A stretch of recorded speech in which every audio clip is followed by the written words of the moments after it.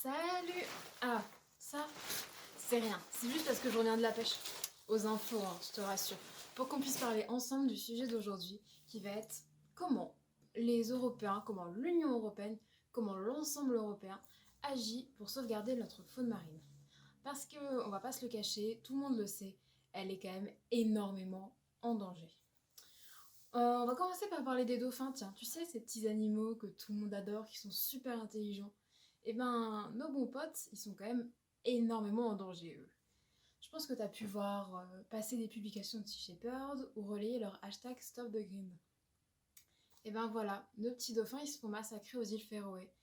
Parce que c'est une tradition ancestrale de cette île autonome du Danemark qui, chaque année, fait le Grindadrap, qui est donc l'objectif de tuer des mammifères marins. Actuellement, ce sont des dauphins, et ce depuis une petite décennie, depuis en effet que les baleines sont interdites à la chasse. Et ça a pu produire les images que vous voyez actuellement, c'est-à-dire que cette année, plus de 1400 dauphins ont été tués, donc en l'espace d'une à 2 semaines, donc la durée du Grindarap. Actuellement, les associations comme Sea Shepherd passent par des médias plus traditionnels comme les chaînes premières, la BBC, en plus des réseaux sociaux, afin de faire parvenir à tout le monde le moyen de demander à l'Union européenne de proposer une loi aux îles Féroé pour stopper ce massacre, parce que c'est littéralement quelque chose qui reste aberrant quand même. Un autre mammifère marin aussi, c'est le beluga, ce cousin de la baleine, très gentil lui aussi, très adorable. Et ben, il a été découvert l'année dernière qu'il y avait des bassins d'entraînement de mammifères marins, donc de belugas, en Russie. Et cela a été découvert lorsqu'un beluga équipé d'un harnais est arrivé dans les eaux norvégiennes. Un endroit où il n'est pas du tout censé être, parce que le coco il vient des îles très très froides, il se retrouve dans les îles norvégiennes, dans laquelle l'eau est bien trop chaude pour lui, comme vous pouvez le voir sur cette carte. Il ne vit pas du tout là. Et donc on a découvert tout ça.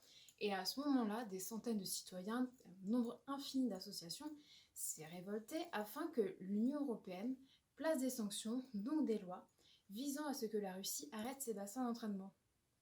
Vous vous doutez bien, cela n'a pas abouti et aucune loi n'a été sortie de ce problème.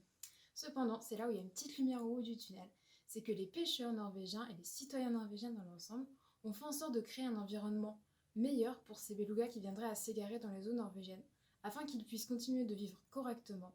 Et ça, franchement, c'est beau. Et je sais pas si c'est un mec que vous appréciez, mais savez-vous que chaque minute, des centaines de requins sont tués pour faire de la soude à de requin? Oui, oui, en Europe. C'est du café, c'est bon. Et on va retrouver ici une action qui est en fait un vote citoyen, qui a été achevé il y a 2-3 semaines environ, pour faire monter une loi au Parlement européen, afin de surveiller la pêche de plus près.